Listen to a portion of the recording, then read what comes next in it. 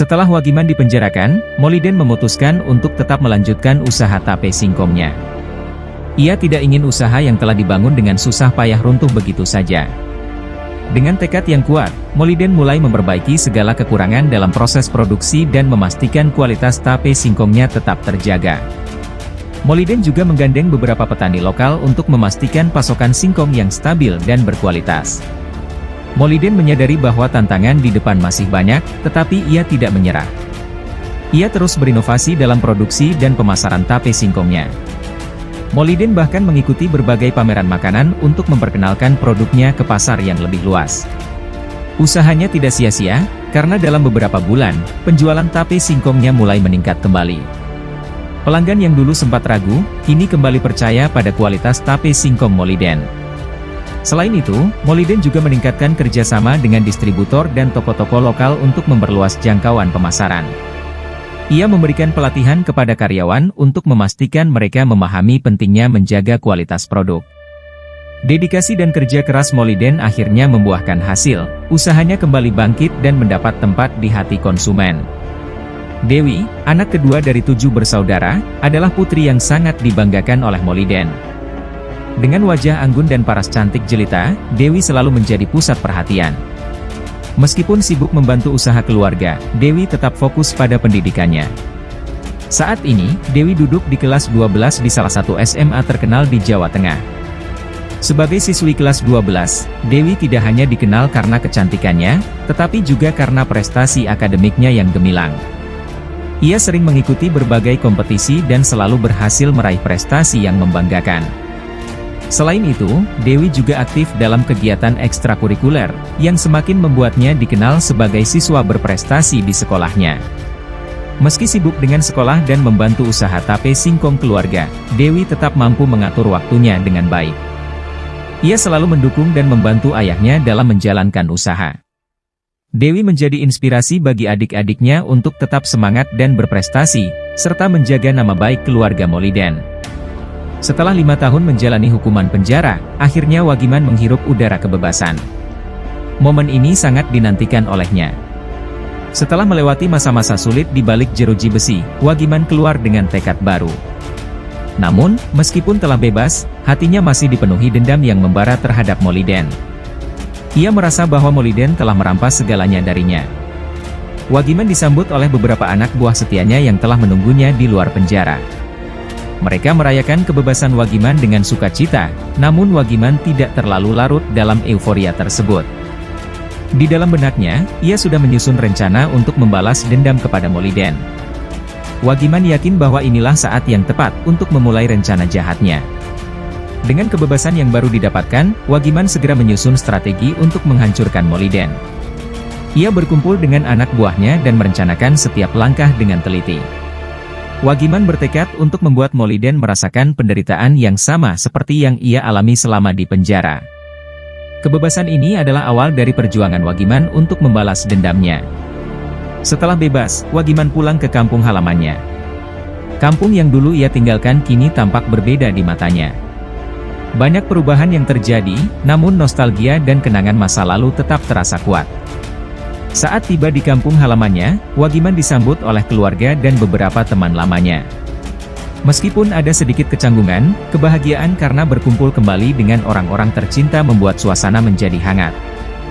Kembali ke kampung halaman, Wagiman menyadari bahwa banyak hal yang harus ia adaptasi kembali.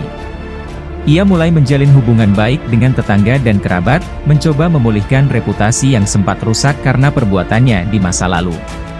Namun, di balik semua itu, Wagiman tetap menyimpan rencana besar yang telah ia susun selama di penjara.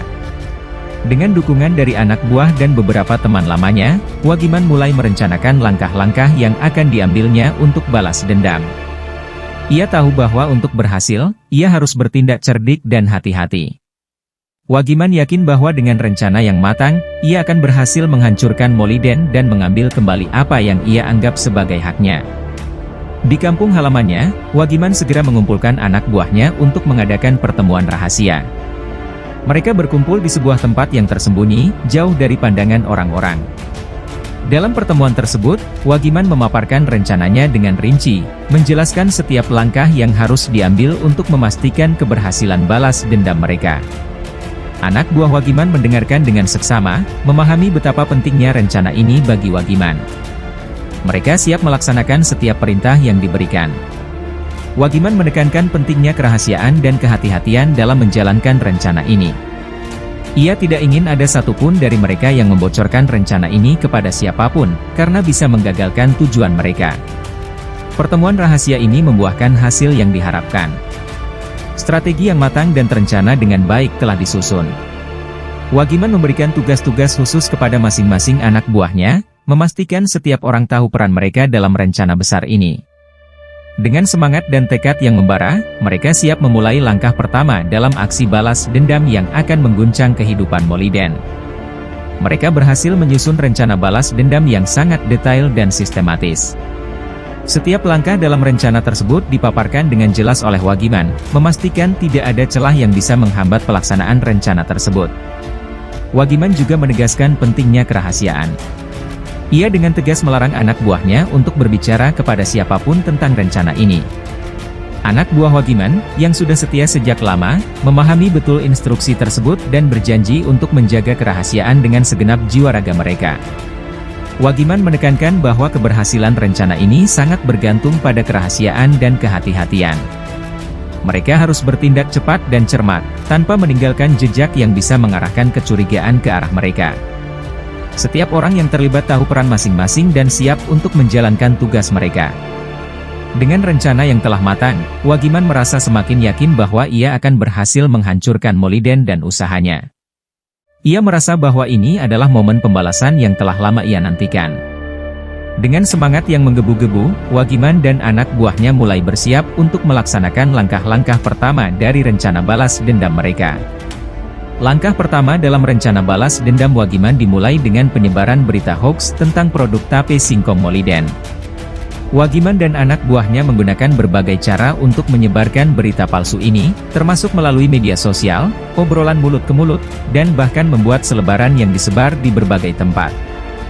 Berita hoax tersebut menyebutkan bahwa tape singkong Moliden tercemar bahan kimia berbahaya dan tidak aman untuk dikonsumsi. Penyebaran berita hoax ini dilakukan dengan sangat terorganisir dan rapi, membuatnya sulit dilacak kembali ke sumber aslinya. Wagiman memastikan bahwa berita ini menyebar luas dan cepat, sehingga dampaknya bisa segera dirasakan oleh Moliden dan usahanya. Tujuannya adalah untuk merusak reputasi Moliden dan membuat konsumen kehilangan kepercayaan terhadap produk tape singkongnya. Upaya Wagiman ini mulai menunjukkan hasil. Berita hoax tersebut mulai menjadi perbincangan di masyarakat, membuat banyak orang meragukan keamanan tape singkong Moliden. Wagiman dan anak buahnya dengan cermat memantau reaksi masyarakat dan memastikan bahwa berita tersebut terus menyebar hingga mencapai efek yang diinginkan. Berita hoax yang disebarkan oleh Wagiman dan anak buahnya mulai meresahkan banyak pelanggan dan konsumen Moliden. Kekhawatiran akan keamanan produk membuat mereka enggan membeli tape singkong Moliden.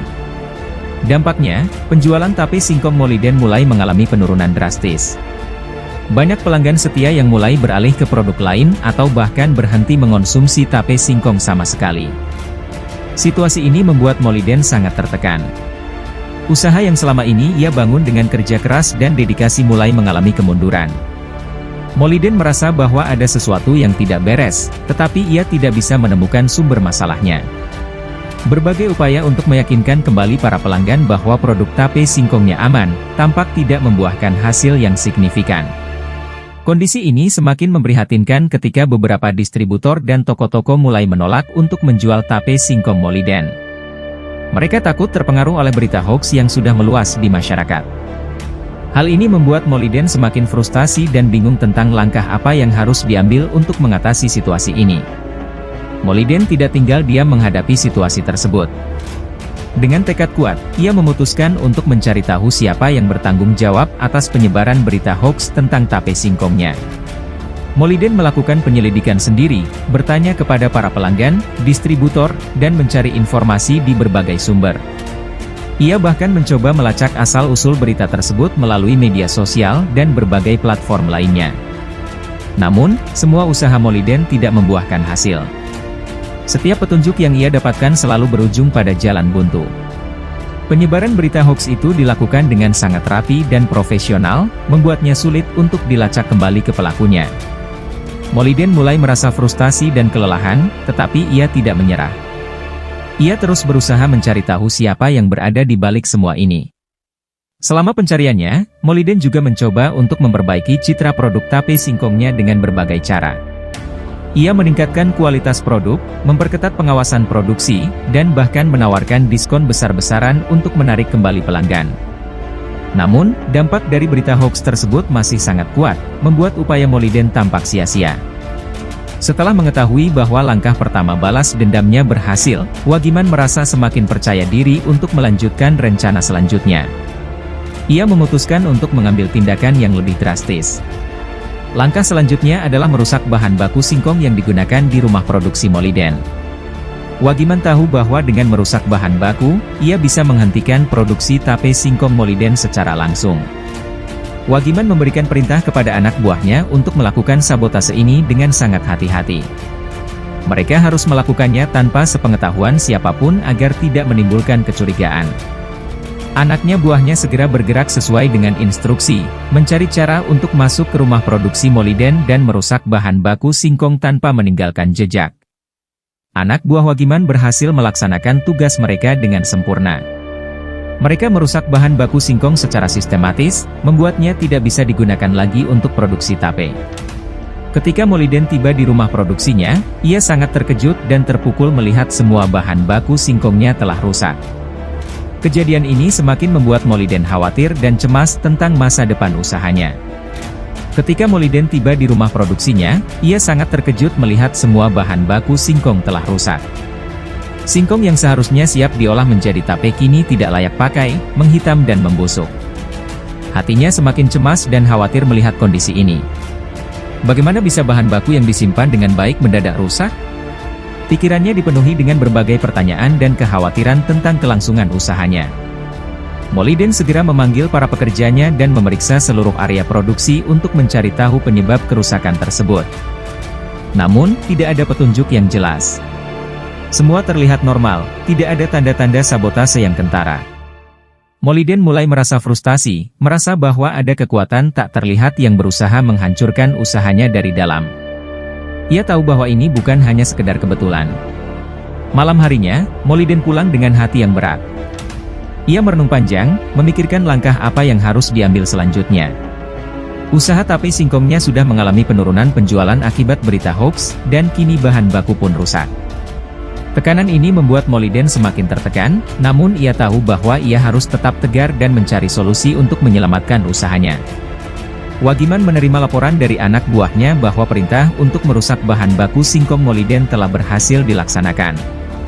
Mendengar bahwa Moliden kini sedang cemas dan khawatir, Wagiman merasa semakin bersemangat untuk melanjutkan rencana balas dendamnya. Ia senang mengetahui bahwa usahanya untuk menghancurkan Moliden mulai menunjukkan hasil yang signifikan. Anak buah Wagiman melaporkan dengan rinci bagaimana mereka berhasil masuk rumah produksi Moliden dan merusak bahan baku singkong tanpa terdeteksi. Mereka juga melaporkan reaksi Moliden yang tampak sangat terpukul dengan kejadian tersebut. Laporan ini membuat Wagiman semakin yakin bahwa rencana balas dendamnya akan berhasil sepenuhnya. Ia tidak akan berhenti sampai Moliden benar-benar hancur. Dengan semangat yang membara, Wagiman mulai merancang langkah-langkah berikutnya. Ia tahu bahwa ia harus bertindak cepat dan lebih keras lagi untuk memastikan Moliden tidak punya kesempatan untuk bangkit kembali. Keberhasilan ini hanya awal dari rencana besar yang telah ia susun dengan matang. Seminggu setelah insiden merusaknya bahan baku singkong, Moliden kembali membeli bahan baku baru untuk rumah produksinya. Meskipun demikian, perasaan was-was dan tidak tenang terus menghantuinya. Setiap langkah di rumah produksinya ia awasi dengan ketat, berharap tidak ada lagi kejadian buruk yang menimpa usahanya. Rasa cemas ini membuat Moliden tidak bisa tidur nyenyak dan selalu merasa tertekan. Moliden juga memperketat pengawasan di rumah produksinya. Ia memasang kamera pengawas di berbagai sudut dan memperketat penjagaan malam hari. Semua langkah ini ia lakukan untuk mencegah terulangnya kejadian serupa. Namun, rasa khawatir itu tetap ada, membuat Moliden terus-menerus merasa tidak tenang. Ia tahu bahwa ada seseorang yang berusaha menghancurkan usahanya, tetapi ia belum tahu siapa dan bagaimana cara menghadapinya. Para pekerja di rumah produksi juga merasakan ketegangan yang sama. Mereka bekerja di bawah bayang-bayang ketakutan dan kekhawatiran. Produktivitas mereka menurun, dan suasana kerja menjadi tidak kondusif. Moliden berusaha menenangkan mereka, tetapi ia sendiri masih diliputi rasa cemas yang mendalam. Keadaan ini membuat Moliden semakin tertekan dan bingung tentang langkah apa yang harus diambil selanjutnya. Wagiman tidak berhenti dengan hanya merusak bahan baku singkong Moliden. Kali ini, ia memutuskan untuk mengambil langkah yang lebih ekstrim dan di luar nalar. Ia mengirim beberapa anak buahnya ke Banyuwangi untuk menemui seorang dukun kondang. Tujuannya adalah meminta bantuan sang dukun untuk meneror rumah produksi Moliden dengan hal-hal mistis dan berbau gaib. Anak buah Wagiman menyampaikan pesan dan perintah Wagiman kepada dukun tersebut. Mereka meminta agar sang dukun menggunakan kekuatan gaibnya untuk menciptakan teror yang bisa membuat Moliden dan para pekerjanya ketakutan dan kehilangan semangat. Dukun tersebut, yang dikenal memiliki kekuatan supranatural yang kuat, setuju untuk membantu setelah menerima imbalan yang sesuai dari Wagiman. Dengan bantuan sang dukun, Wagiman berharap bisa memberikan pukulan psikologis yang lebih berat kepada Moliden. Teror mistis ini diharapkan bisa membuat Moliden semakin terpuruk dan tidak bisa fokus menjalankan usahanya. Wagiman yakin bahwa dengan cara ini, ia bisa menghancurkan Moliden tanpa harus bersusah payah melakukan tindakan fisik yang bisa menarik perhatian pihak berwajib. Kejadian janggal dan di luar nalar mulai dialami oleh Moliden dan para pekerjanya di rumah produksi. Saat sedang bekerja, mesin-mesin tiba-tiba rusak tanpa sebab yang jelas, membuat produksi terganggu. Tidak hanya itu, banyak pekerja melaporkan melihat penampakan makhluk gaib yang menyeramkan, membuat mereka ketakutan dan tidak bisa bekerja dengan tenang. Selain itu, beberapa pekerja juga mulai mengalami sakit-sakitan tanpa sebab yang jelas. Mereka merasa lemas, pusing, dan tidak mampu bekerja dengan baik. Aroma-aroma tidak sedap dan aneh juga sering tercium di sekitar rumah produksi, menambah rasa takut dan cemas para pekerja. Semua kejadian ini membuat suasana di rumah produksi semakin mencekam. Moliden sendiri merasakan teror yang sama. Ia mulai menyadari bahwa ada sesuatu yang tidak beres dan berada di luar kemampuannya untuk mengendalikan. Namun, ia tidak tahu harus berbuat apa. Teror gaib ini membuat Moliden merasa semakin tertekan dan putus asa. Ia tahu bahwa jika keadaan ini terus berlanjut, usahanya bisa benar-benar hancur.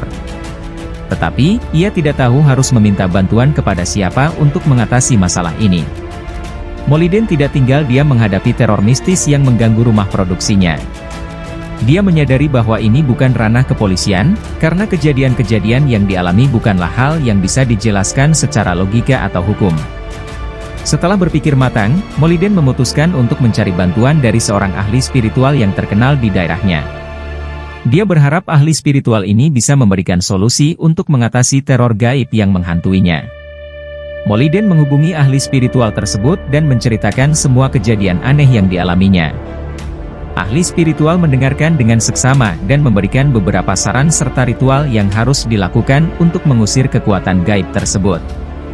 Moliden merasa sedikit lega setelah berbicara dengan ahli spiritual, meskipun masih ada kekhawatiran yang mengganjal di hatinya.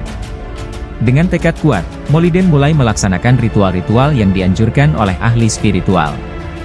Dia mengikuti semua petunjuk dengan seksama, berharap bahwa semua ini bisa menghentikan teror gaib yang menghantui rumah produksinya. Meskipun tidak mudah, Moliden tetap berusaha keras untuk melindungi usahanya dan para pekerjanya dari gangguan yang terus datang. Meskipun menghadapi situasi yang sangat sulit, Moliden memutuskan untuk tidak menceritakan teror yang dialaminya kepada siapapun kecuali istrinya, Lestari. Dia tidak ingin menambah beban orang lain dengan masalah yang dihadapinya. Moliden hanya menceritakan semua yang dirasakannya kepada Lestari, berharap bisa mendapatkan dukungan moral dan kekuatan dari sang istri.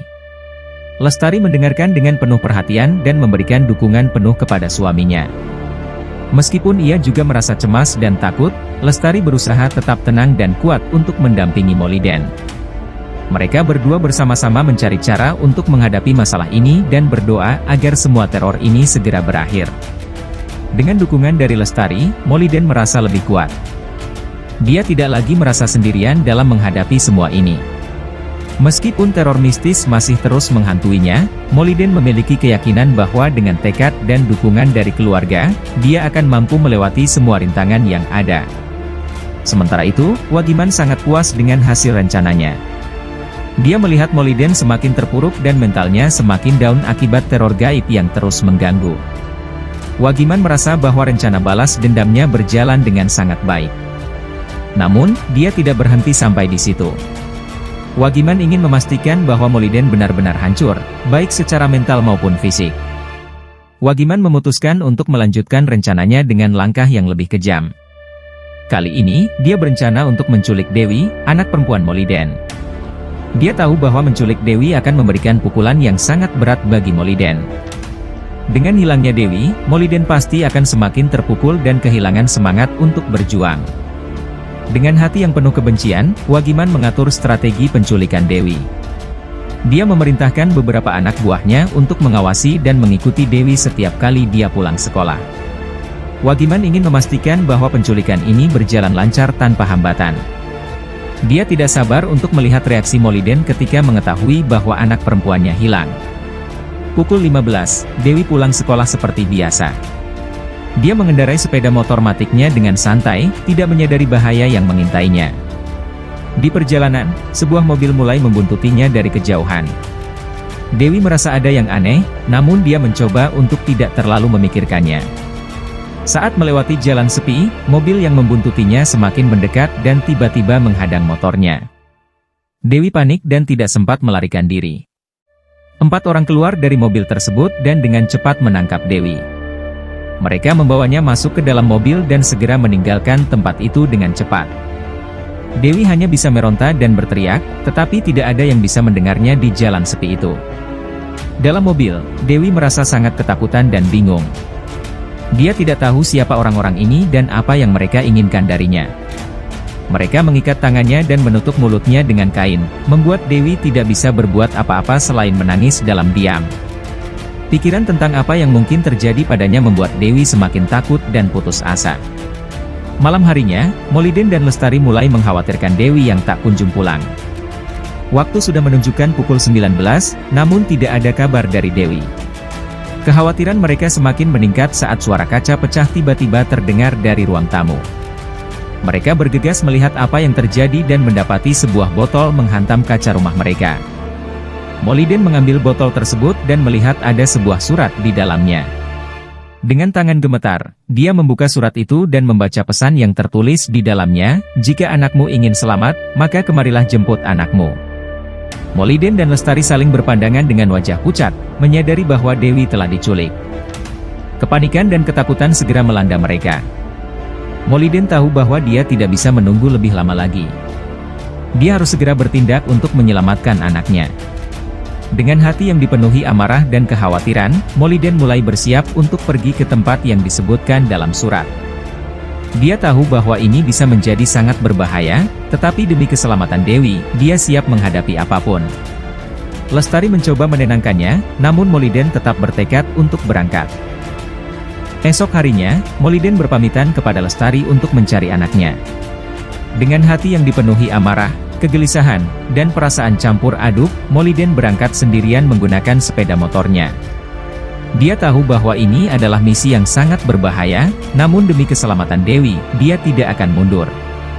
Selain tekad yang kuat, Moliden juga membawa sebilah golok sebagai perlindungan diri. Sepanjang perjalanan, pikiran Moliden terus berputar, membayangkan apa yang mungkin terjadi pada Dewi. Dia berusaha tetap fokus dan tidak membiarkan kekhawatiran menguasai dirinya. Di tengah jalan, Moliden berhenti sejenak untuk memastikan arah yang dituju sesuai dengan petunjuk dalam surat. Setelah yakin dengan rutenya, dia melanjutkan perjalanan dengan kecepatan tinggi. Perasaan marah dan tekad kuat untuk menyelamatkan Dewi membuat Moliden semakin bersemangat. Dia tahu bahwa waktu sangat berharga dan setiap detik yang terbuang bisa berarti bahaya lebih besar bagi anaknya. Moliden terus melaju, menghadapi berbagai rintangan di jalan dengan keteguhan hati yang luar biasa. Di perjalanan menuju lokasi yang ditentukan dalam surat, Moliden dihadang oleh 8 orang preman yang tampak siap untuk menghentikannya. Tanpa berpikir panjang, Moliden segera mengeluarkan goloknya dan menghadapi mereka dengan penuh keberanian. Preman-preman tersebut mengira akan mudah mengalahkan Moliden, namun mereka salah besar. Moliden mengayunkan goloknya dengan lihai, menghajar habis-habisan preman-preman tersebut. Satu persatu, mereka jatuh tersungkur akibat serangan Moliden yang penuh amarah. Meskipun jumlah mereka lebih banyak, Moliden tidak gentar dan terus melawan dengan seluruh kekuatannya.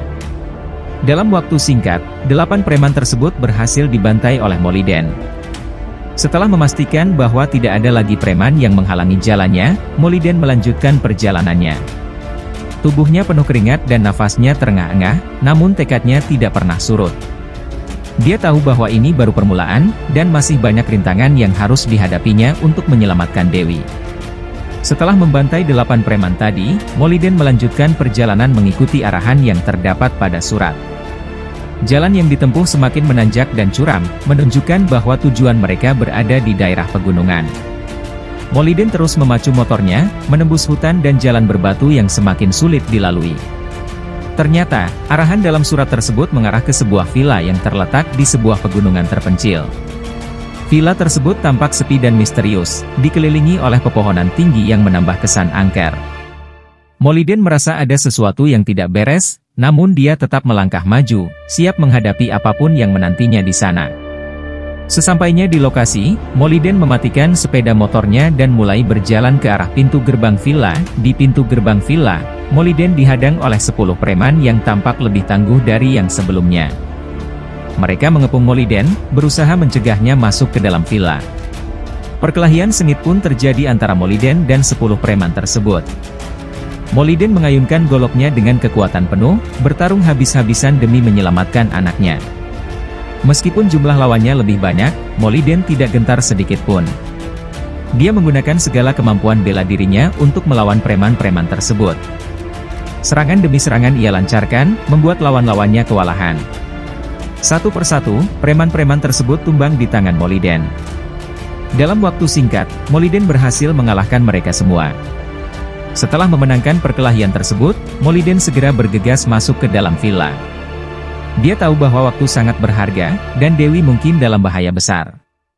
Dengan langkah cepat, Moliden menelusuri setiap sudut villa, mencari keberadaan anaknya yang hilang.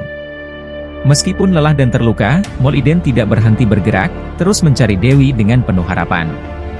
Hati dan pikirannya hanya tertuju pada satu tujuan, menemukan Dewi. Dia menyusuri koridor demi koridor, membuka setiap pintu yang dia temui. Namun, Dewi tak kunjung ditemukan. Setiap kamar dan sudut ruangan ia periksa dengan teliti, berharap menemukan tanda-tanda keberadaan anaknya. Ruangan demi ruangan Moliden lewati, namun Dewi tetap tidak ditemukan. Moliden mulai merasa putus asa, namun dia tidak membiarkan rasa itu menguasainya. Dia terus mencari, memanggil nama Dewi dengan suara serak. Moliden tahu bahwa dia harus tetap kuat dan tidak menyerah. Anaknya bergantung padanya, dan dia tidak akan berhenti sampai menemukan Dewi. Sampai pada satu ruangan yang terkunci rapat, Moliden akhirnya menemukan Dewi, anaknya, dalam keadaan terikat. Hatinya berdegup kencang saat melihat kondisi Dewi yang lemah dan tak berdaya. Namun, sebelum Moliden bisa menyelamatkannya, sosok yang sangat dikenalnya muncul dari bayangan. Wagiman, dalang dibalik semua teror yang dialami Moliden, berdiri di sana dengan senyum dingin menghiasi wajahnya.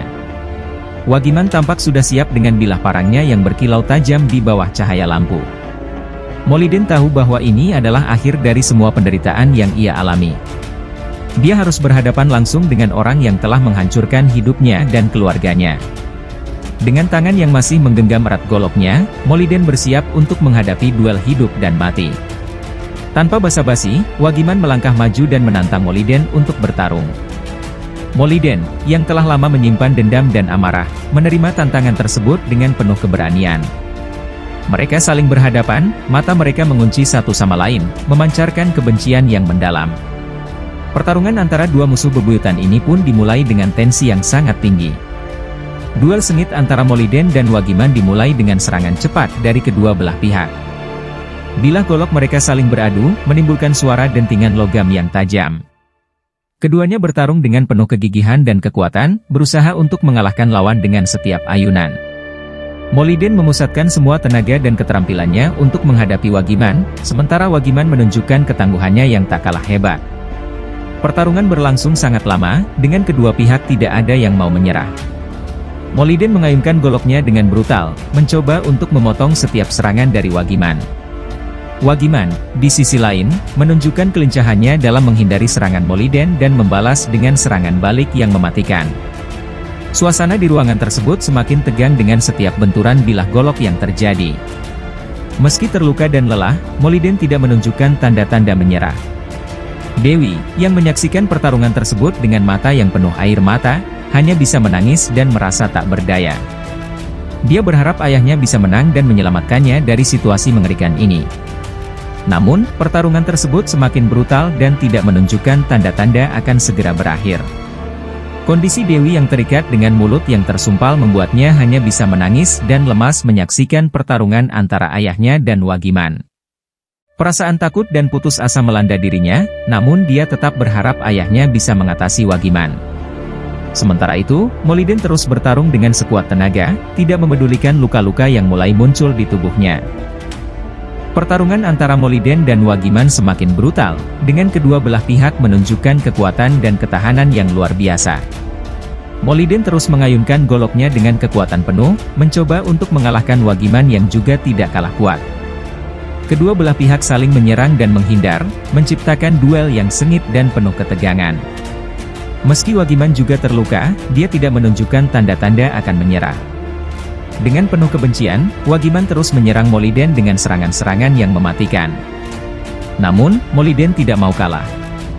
Dia mengerahkan seluruh tenaga dan keterampilannya, berusaha untuk mengakhiri pertarungan ini demi menyelamatkan Dewi dan membalas dendam atas semua yang telah dilakukan Wagiman. Pertarungan ini tidak hanya tentang kekuatan fisik, tetapi juga ketahanan mental dan keberanian.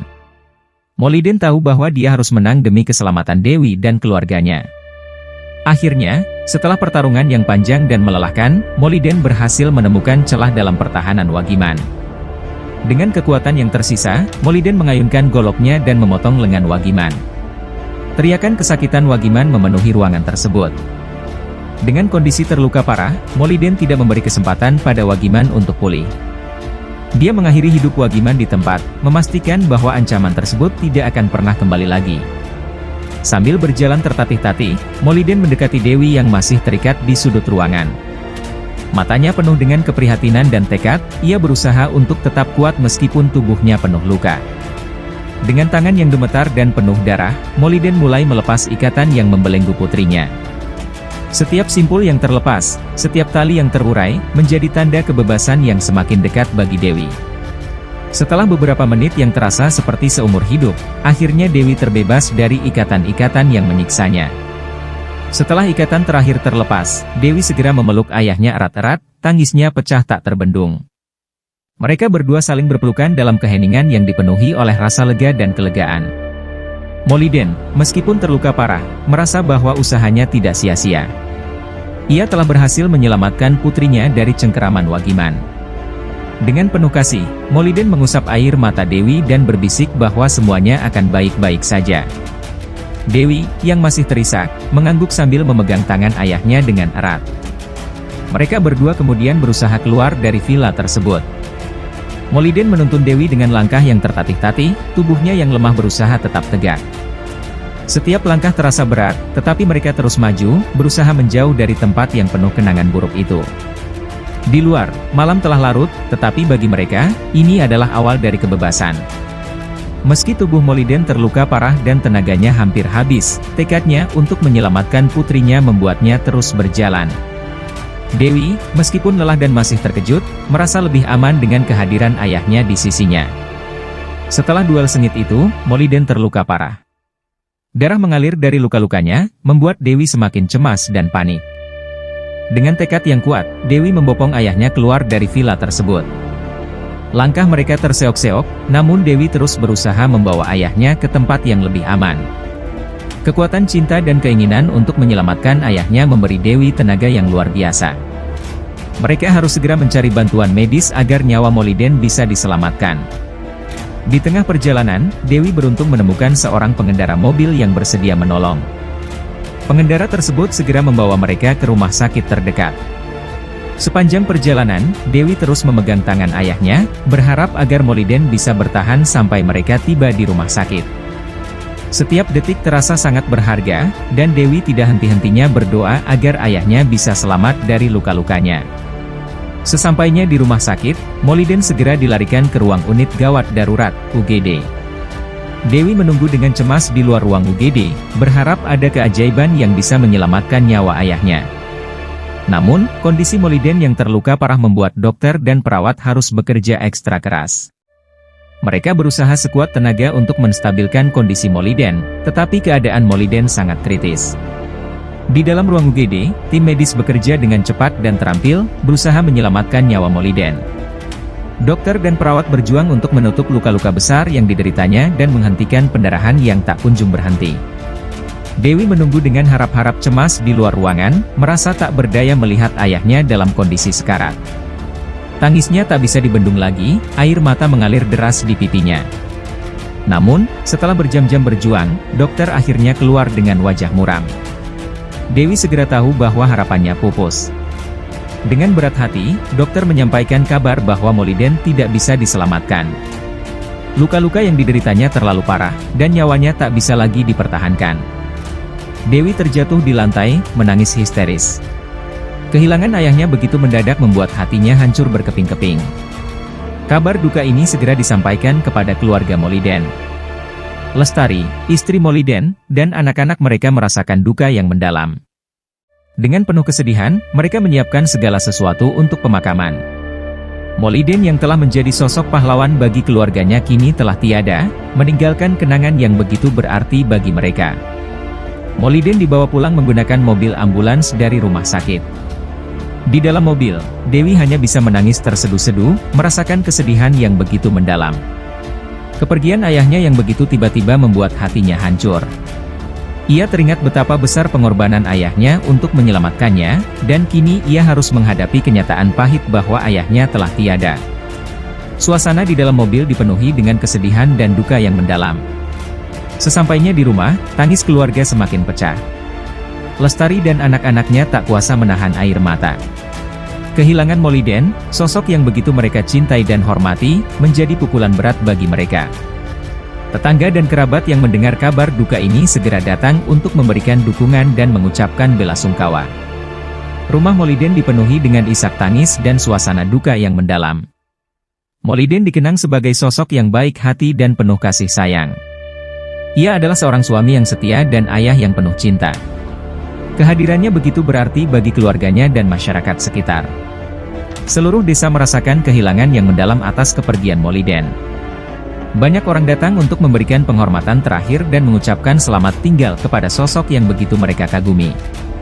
Pemakaman Moliden dilaksanakan dengan penuh penghormatan. Banyak orang yang hadir untuk memberikan penghormatan terakhir kepada Moliden. Lestari dan anak-anaknya berdiri di samping makam dengan hati yang hancur. Mereka tak kuasa menahan air mata melihat tubuh Moliden yang kini beristirahat dalam damai. Tangis mereka mengiringi proses pemakaman, menunjukkan betapa besar rasa kehilangan yang mereka rasakan. Kehadiran tetangga, kerabat, dan masyarakat desa dalam pemakaman menunjukkan betapa Moliden dicintai oleh banyak orang. Ia dikenang sebagai sosok yang dermawan dan selalu siap membantu siapapun yang membutuhkan. Kehilangan Moliden adalah kehilangan besar bagi seluruh komunitas. Doa-doa mengalir untuk Moliden, mengiringi perjalanannya ke tempat peristirahatan terakhirnya. Moliden dimakamkan di pemakaman umum desa, dekat dengan makam orang tuanya. Makam Moliden menjadi tempat ziarah bagi keluarga dan masyarakat yang mengenang kebaikan dan dedikasi Moliden selama hidupnya. Setiap kali mereka mengunjungi makam, mereka mengenang betapa besar pengorbanan dan cinta yang diberikan Moliden untuk keluarga dan masyarakatnya. Doa-doa dan kenangan indah terus mengalir untuknya. Setelah pemakaman selesai, keluarga Moliden kembali ke rumah dengan hati yang berat. Suasana rumah terasa hampa tanpa kehadiran Moliden.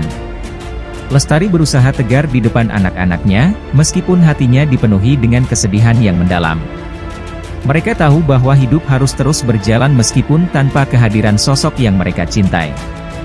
Kehidupan tanpa Moliden adalah tantangan besar yang harus mereka hadapi bersama. Setelah hari-hari penuh duka, keluarga Moliden berusaha untuk melanjutkan hidup. Mereka berusaha kuat dan saling mendukung satu sama lain. Kehilangan Moliden adalah pengalaman yang sangat berat, tetapi mereka tahu bahwa Moliden ingin mereka terus maju dan menjalani kehidupan dengan penuh semangat. Dengan tekad dan cinta yang diwariskan oleh Moliden, mereka melanjutkan perjalanan hidup mereka. 2 bulan telah berlalu sejak kepergian Moliden. Lestari dan anak-anaknya mulai merelakan kepergian suami dan ayah yang mereka cintai. Meski masih merasakan duka, mereka berusaha untuk kembali menjalani kehidupan dengan normal. Setiap hari, mereka mengenang Moliden dengan penuh cinta dan rasa hormat. Kehadiran Moliden dalam kenangan mereka memberikan kekuatan untuk terus maju. Lestari, sebagai ibu yang kuat, berusaha mengembalikan kestabilan keluarga. Ia selalu berusaha tegar di depan anak-anaknya, memberikan mereka dukungan dan kasih sayang. Lestari tahu bahwa Moliden ingin mereka terus melanjutkan hidup dengan penuh semangat. Dengan tekad yang kuat, Lestari memutuskan untuk melanjutkan usaha tape singkong yang telah dirintis oleh Moliden. Darto, anak pertama Moliden, turut serta membantu ibunya. Mereka bekerja sama untuk membangun kembali usaha tape singkong yang sempat terhenti. Keinginan untuk meneruskan warisan Moliden memberikan motivasi yang besar bagi mereka. Dengan kerja keras dan dedikasi, mereka berusaha untuk mengembalikan kejayaan usaha tape singkong yang pernah diraih oleh Moliden. 3 bulan setelah kepergian Moliden, Lestari dan Darto mulai membangun kembali usaha tape singkong. Mereka memulai dari awal, mengumpulkan bahan baku dan memperbaiki peralatan produksi. Meskipun penuh tantangan, mereka tidak pernah menyerah.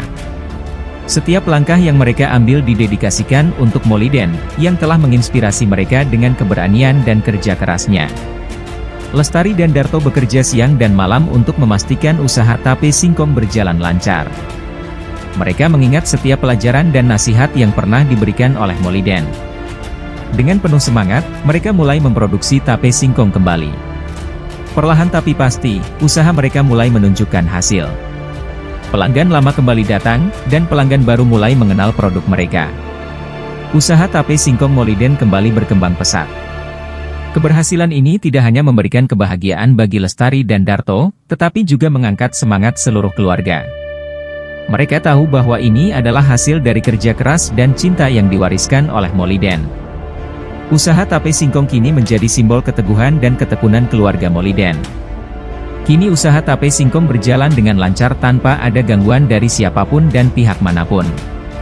Setelah melalui berbagai tantangan dan cobaan, Lestari dan anak-anaknya berhasil membawa usaha tape singkong ke puncak kejayaan kembali. Keberhasilan ini tidak hanya memberikan kebahagiaan dan kepuasan bagi keluarga Moliden, tetapi juga menjadi simbol ketekunan, kerja keras, dan dedikasi yang diwariskan oleh Moliden. Produk tape singkong mereka kini dikenal luas dan dicintai oleh banyak orang. Lestari dan anak-anaknya terus berinovasi untuk menjaga kualitas dan cita rasa tape singkong yang khas. Mereka berusaha mempertahankan warisan Moliden dengan memperhatikan setiap detail dalam proses produksi. Darto, yang kini menjadi pemimpin dalam usaha ini, selalu memastikan bahwa setiap tape singkong yang dihasilkan memiliki standar kualitas yang tinggi. Dedikasi mereka terhadap usaha ini menarik perhatian banyak pelanggan, baik dari dalam maupun luar daerah. Usaha tape singkong Moliden selalu ada hingga saat ini dan akan tetap ada sampai kapanpun. Keluarga Moliden tidak hanya menjaga bisnis ini sebagai mata pencaharian, tetapi juga sebagai cara untuk menghormati dan mengenang sosok Moliden. Mereka tahu bahwa Moliden akan selalu menjadi bagian dari setiap keberhasilan yang mereka raih. Dengan tekad yang kuat dan semangat yang tidak pernah pudar, Lestari dan anak-anaknya berjanji untuk terus menjaga dan mengembangkan usaha tape singkong ini, memastikan bahwa warisan Moliden akan selalu hidup dalam setiap lembar tape singkong yang mereka buat.